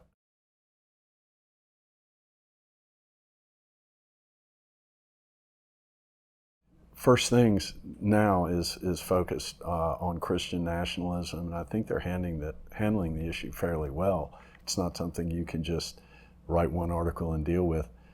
When you hear all the negatives out there, I think it's more common to hear about it as a negative thing. Christian nationalism. What do you have to say about that? I haven't looked at what they're doing. I don't know anything actually about what they're doing. No. But I will say they're really just trying to explain aspects of it. Okay. I will say this. Back in the 60s, when the new left emerged, right? An old Marxist socialist from around since the 1930s, an editor at The Nation, was in a debate with Tom Hayden, who had written the Port Huron Statement for the Students for Democratic Society, and was this new left guy, right? And he was making some economics point out of Stalinism, right?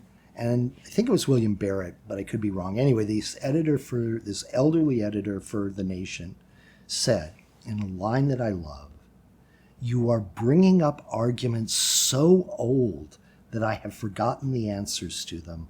All I remember is that we did answer them and moved on."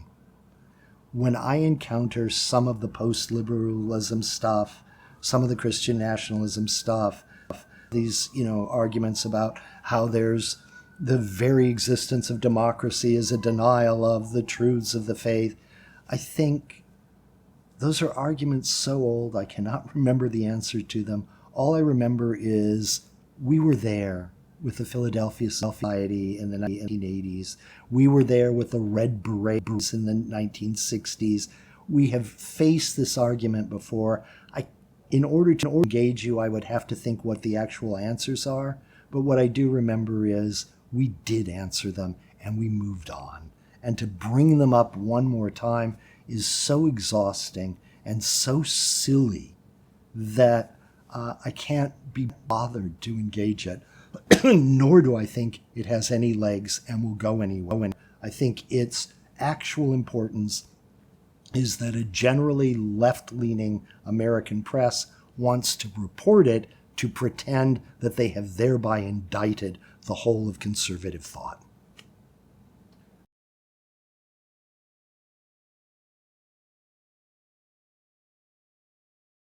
What if somebody said,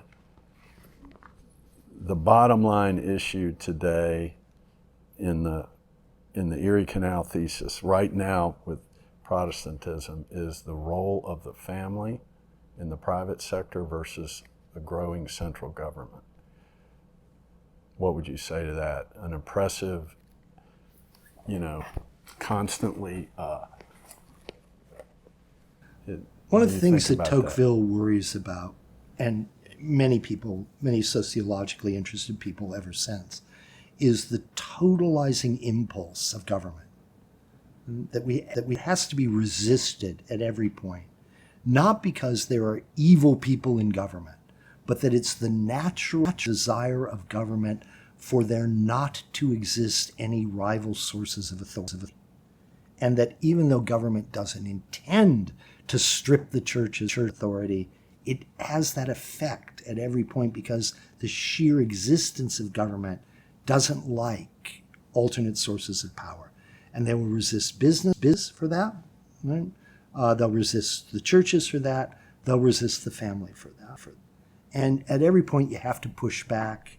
I think in the case of the family, I think we actually are pushing back with the help of the Supreme Court, who's pretty consistently said, no, children are not wards of the state, they're wards of the parents.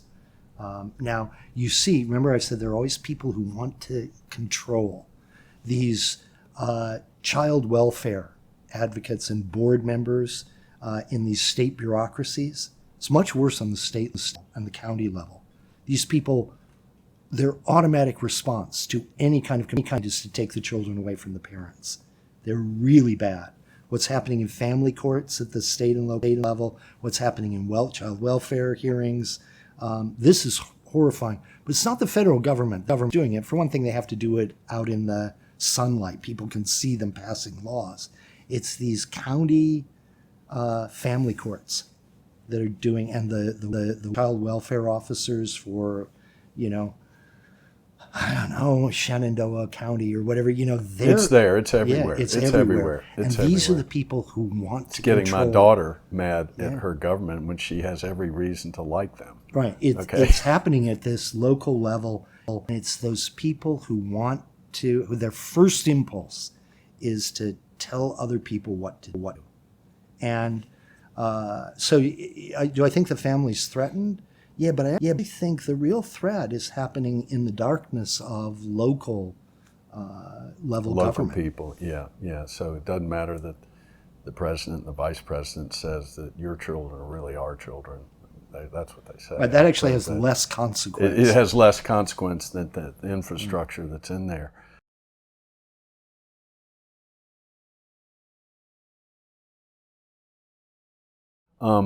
You say, I believe, I can't remember whether it's actually in The Anxious Age or whether the extensive article you wrote soon thereafter, but that you were seeing problems develop and trends that hadn't happened since the First Great Awakening, the 1730s, something like this.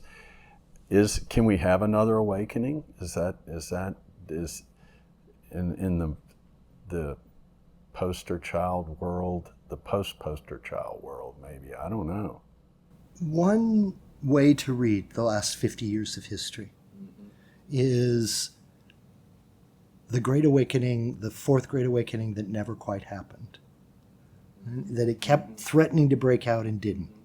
Over and over and over again. And I was guilty as others at saying, oh no, this is it. With these murders out in Colorado.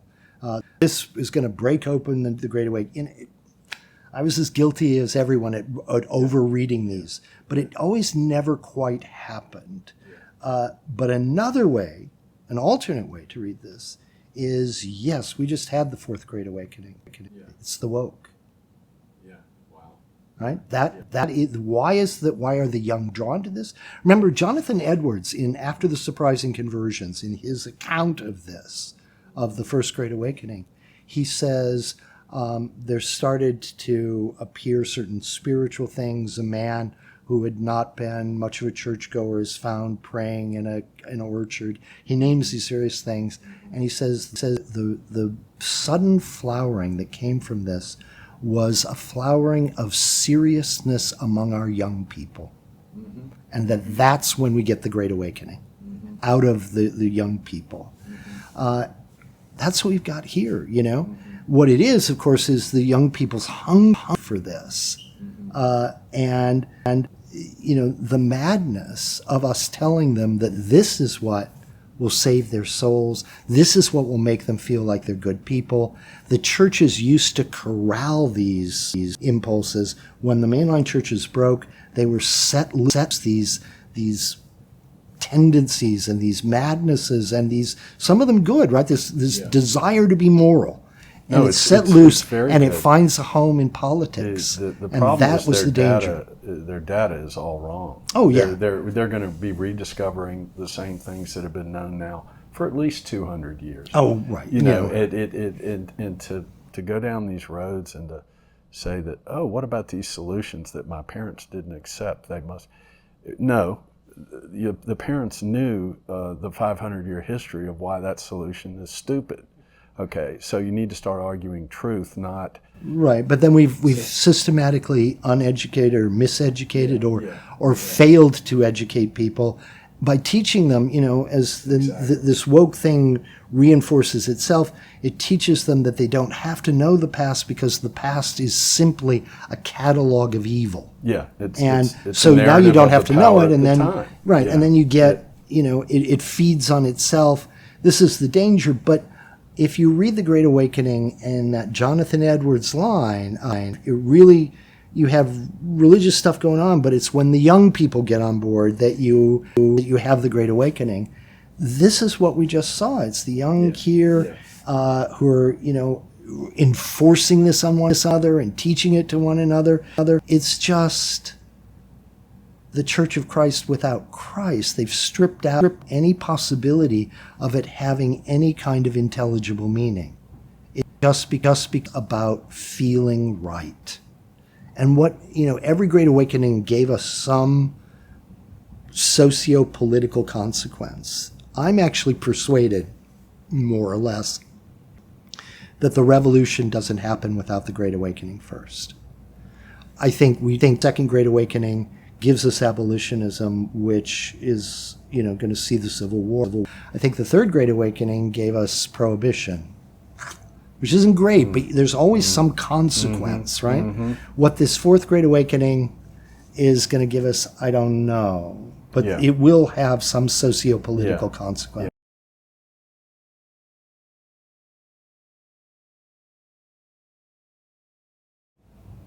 Well, to be is to be an optimist, except to be a Christian is to be a pessimist, because the eucatastrophe is what, we only have the happy ending if we have the catastrophe. So, to be a Christian is to recognize it all ends sad till the second coming. To be a Christian is also to have hope. So, you have to be both neither. About America, though, in the coming period, let's say 50 years, I believe in America. I've liked it. I'm optimistic because I think we'll shake a lot of it off.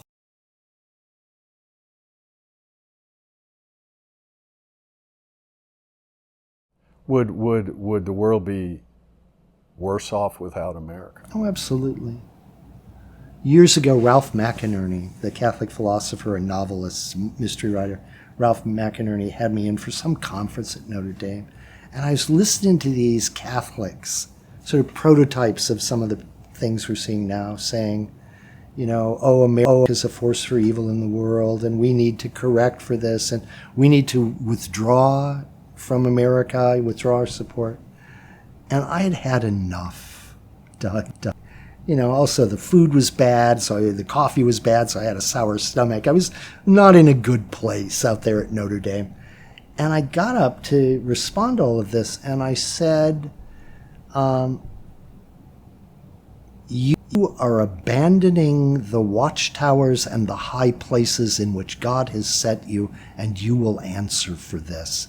Because America has its faults, but it is much more a restrainer of evil than it is a creator of it, and you will miss it when it's gone, because we will have rape, have women, and blood flowing in the streets, and all of that blood will be on your heads for abandoning the watchtowers and high places in which God set you.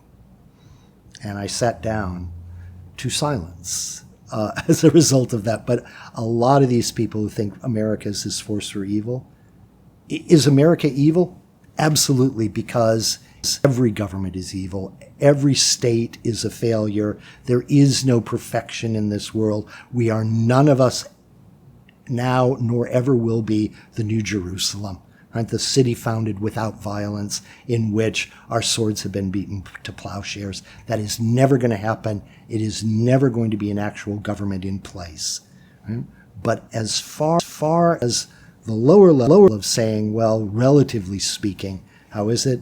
The United States has been a force for good that has restrained evil that we would otherwise have had to suffer, and we will miss it when it's gone. Well, Jody, I just want to thank you for one of the most fun interviews I've ever done. I would like to do it once a week and be in your book club, okay? But this has been a lot of fun, and thank you so much for this opportunity. Thank you for having me. I really look forward to your next book, over 200 pages, about where the hell we are, and also reading your poetry and your Christmas book.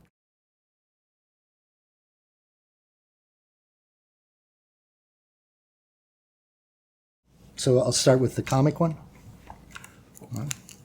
So this is in my recent book, Spending the Winter. This is a lighter poem called Reading by Osmosis. And it goes, well, Mark Twain, Hart Twain, and Ursula K. Le Guin. We've mastered their books with a difficult trick. We've read them outside in. Percy B. Shelley and Machiavelli and Norman Vincent Peale. We've never tried opening one of their books. We know by their feel. Does reading seem boring? Does reading seem hard? Does reading seem too precocious? Just pick up a book and give it a twirl. You'll learn it by osmosis, because osmosis is the mostest. Osmosis is the best. Osmosis is the closest thing to reading without rest. Osmosis most absorbing. Osmosis means so much. Osmosis means we're soaking up the books we barely touch. We bobble, bounce, and throw them. We never even look. Osmosis means we know them without opening a book. You know, my sister osmosis the mill on the floss, a marvelous book, and gave me a gloss. My brother osmoted The Lord of the Rings, a story of insects with thousands of wings, or was that a book called Lord of the Flies? Oh, well, we're getting wise by learning the things that osmosis now brings. We'll juggle books, Little Women and Men. They're all about dwarves in a mountainy den, and throw in a copy of Watership Down concerning a boat and some sailors who drown, and then we'll run to the bookstore again. We boast, osmosis is the most enjoyable way to read today while eating jam and toast. We shout, osmosis we will need for munching snacks and playing jacks and dancing while we read. So, Rebecca West and Edgar Guest, we'll never be certain which one is the best. Christopher Smart and Jean-Paul Sartre, just think of the wonders they have to impart.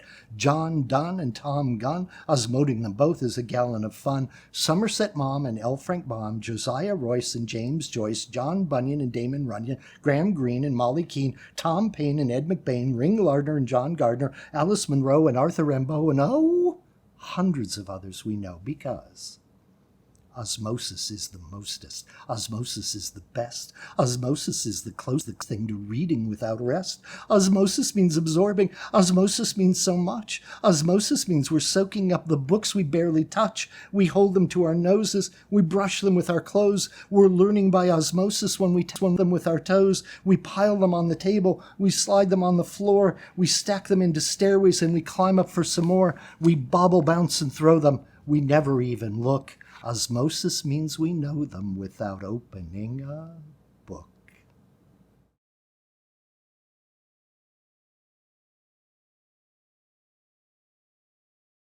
So this is the opening poem, okay, called Easter Morning. And I wrote it for, and to some extent about, Rene Girard's theories, because he's such an influence on me, his theories of sacrifice. But it was also really a poem in Washington when my daughter was young, a toddler. We lived here in Washington, D.C., and I took her for a walk in Rock Creek Park, and she was running all the spring flowers, and I became terrified, as fathers can, about what will come of their children, what will become of them. Mm-hmm, mm-hmm. And so this is called Easter. Well, I did not ask you about your wife, and I know you've been doing that, so. You've done it. So this is called Easter Morning. Quick as dawn, the dogwoods have raised improbable awnings christened with rain, thrusts of witch hazel stands of rue, and there, across the stream, in the shade of those dark lichened rocks, white phlox and geraniums strain to reach the angled light. One bright morning, a clean April day, amazes familiar paths with a green tangle and bazes the winter stain. Faster each Easter my daughter flies, past tumbled mounds where brambles grow, the bloodroot flowers near her feet, as delicate as Bible leaves, and slow persistent ivy kindles on old trees. The year will know a fresh redemption, burning green the greenwood glows, till ash and thorn fall back to sleep, counterpaned again with snow. Beneath these trees, with ragged knives, cold priests once tried to wake the leaf. The root, the branch, the frozen world needs new life for spring. A lamb, a child, the shrouds of snow would melt in their warm blood as grief by grief, pain by vengeful pain, we paid the sacrificial debt that swells with each repaying death, and where in time is time's relief. My daughter runs by the brief flowers, touch-me-nots among stones, bluebells and sorrels, Solomon's seal. Every spring pretends a pity for all the pretty, short-lived things. Last night I watched the fire zones, the bombers' plumes and tracer round blooms of war on the TV news, and now in these green trees I see the graves of gods and a grove of bones. History labors, a worn machine, sick with torsion, ill-meshed, and every repair of an old fault ruptures something new. The sacred knife no longer hallows woods, but winter's blood still springs refreshed, and an altered world still summons death.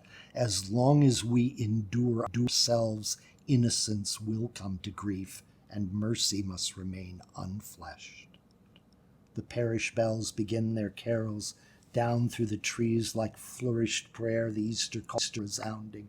Time reaches forward, hungry for winter, and it will save my daughter when even hope is caught in the ancient snare.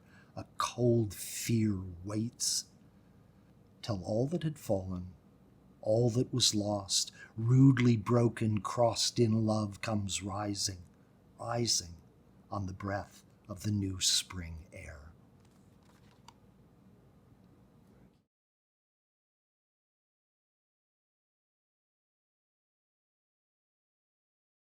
I want to tell you a little bit about Shane, though. Okay, the movie.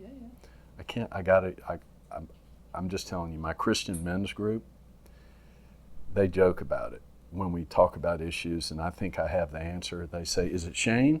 Is it Shane again?" I say, "Yeah, unfortunately it is." But I'm a real George Stevens fan, the director who did Shane. Okay, and he was sort of he was the man for about 10 years. And Shane's, along with High Noon, they came out about the same time. If you're a Cowboy Hollywood person, you would know that set the tone of every single Western since then. Those two movies together. Okay, there are other great ones, but Shane really is, I believe, a Christian allegory, and I've looked at this very carefully, and it's comprehensive. And so I think it's probably right. The self-consciousness of the man who shot Liberty Valance meant that it didn't have a lot of successors. It's very self-consciously, we're telling the myth of the West as myth. Right. And the kind of sadness of the truth underneath the myth. Yes. High Noon has some of that too. There's a self-consciousness about High Noon. So I'd be willing to hear this argument about Shane. I will say, in terms of Western books, right? That Shane is a genre book, right? And it's very influential genre. This is who's writing in those days: Max Brand, Luke Short, these Western genre writers who are going to kind of culminate in Louis L'Amour. But when True Grit comes out in '64, I think. This is a period of high literary writers doing Westerns. So we get Little Big Man, we get True Grit. There's a genre thing going on here. Ron Hansen, the Catholic, started as one of those high-lit Western writers. He did Desperados and the Coward Who Shot Jesse, or the Robert Ford, the Coward Who Shot Jesse, who assassinated Jesse James. And which was made into a nice movie with Brad Pitt. But I will say, True Grit actually changes everything. No, I mean, I do. I think it's a great book and an okay movie. But just in terms of a book, it changes everything because it creates a literary language for the characters to speak. And that kind of strangely formal, self-conscious, biblical phrasing that every Western movie now has. That all comes from True Grit. He creates. How would you fit Clint Eastwood into that? Oh, he got that Did he master that eventually, or he was doing it before, wasn't he? Not that language thing. No. The self. Okay. If you even think about the John Wayne version of True Grit, gotcha. It's still driven by these characters' self-consciousness about the way they talk. Okay. Right? Okay. In which he says, "Okay, if I could not find." The bad guy scene. If I could, Maddie says, if I could not find him with the mark of Cain upon his face in 3 years, then I am not qualified to speak to you about how it is that he may be found. And that formalism of language and exactly. That all comes from True Grit, from the book, and it's hugely. It's definitely in historical accounts of the West, and where I'm going with this is. There were 2 books that got me ensconced in this, and the Monroes that I'm from is we basically founded Austin for the settlers in the 1830s, and they're still around down there. So I have a lot of this wanting to know more about the West, even though I'm a Virginian. But what got me into the genre just in the last 2 or 3 years is Empire of the Summer Moon, about the Comanches. And Blood and Thunder, which is about Kit Carson and the Navajo. And that's gotten me into just a whole realm of Tom Glavine. And you've read Death Comes for the Archbishop, right? No. Oh. No, I'm not real well. So that's I've just Willa gotten Cather's novel. Yeah, okay. About the Archbishop of Santa Fe. Okay, right? Okay. But Kit Carson appears in that book as the complete man. Yes. He is the super well-formed man. He's moral. He's competent. Yeah. She uses him as sort of, the way Hamlet calls Horatio his complete man. Yes. Right? The Archbishop of Santa Fe, who's this Frenchman who just shows up and has to carve a diocese out of the wilderness. But she uses Kit Carson in that way. He's an absolute superstar, and one thing I want to throw out at you while I have it is being a Western guy like you are. You know how people that aren't from the West, they see all these cowboy movies, especially people boomers, where it was so big, and they think, oh, that's so exaggerated. My point is, no, it's not exaggerated at all. It was actually far more dangerous, far worse, far more everything. What we don't know is the actual language that these people use, which is why True Grit in '64 is so influential, because it creates a plausible diction for these people. Think about it. If it's true that in Deadwood, South Dakota, or it's just up the road from or Dodge City, you really did, and it often happened like every other week, somebody gets shot in a saloon. You're going to be very careful about how you pick your language with people while you're sober. My daughter always sober, right? My daughter always loved that line of who was more of a libertarian than I was.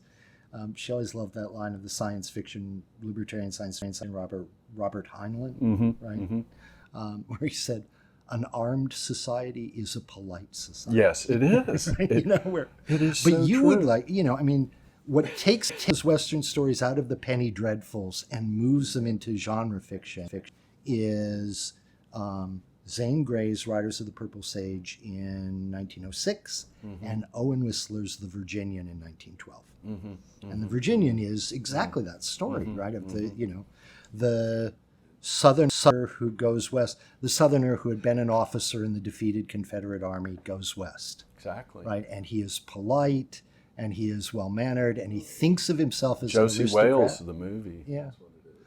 Although he used class, he's a farmer, whereas the Virginian is an aristocrat in some fashion. The Confederate captain, who's now lost. His life has lost meaning, but he wanders through as the hybrid existential hero. Through the West. Yes, and it is true that the Civil War came along, sucked all those men into the army, and then the Indians had a fun time, and then they all came back. And they were changed people. One of the things just as I hold forth on Western literature, at this point in life, I realized I've read damn near everything. Want to talk about Western? Sure. Well, this I cannot. I mean, you're obviously an extremely literary person. I'm not that. If it's history, American history generally, revolution, Civil War, I am an expert. I was a founder of the Civil War Center in Richmond. Ah, okay. Only because as a businessman I was known to know so much. It's been a passion of mine since I went to Carolina. Had a great professor there and so on. But so I'm new to the West other than Shane, and I see a biblical allegory there, and it is. Yeah. Okay. So well, we would need. I I can send you an essay on that. here on all Yeah. this No, stuff. no.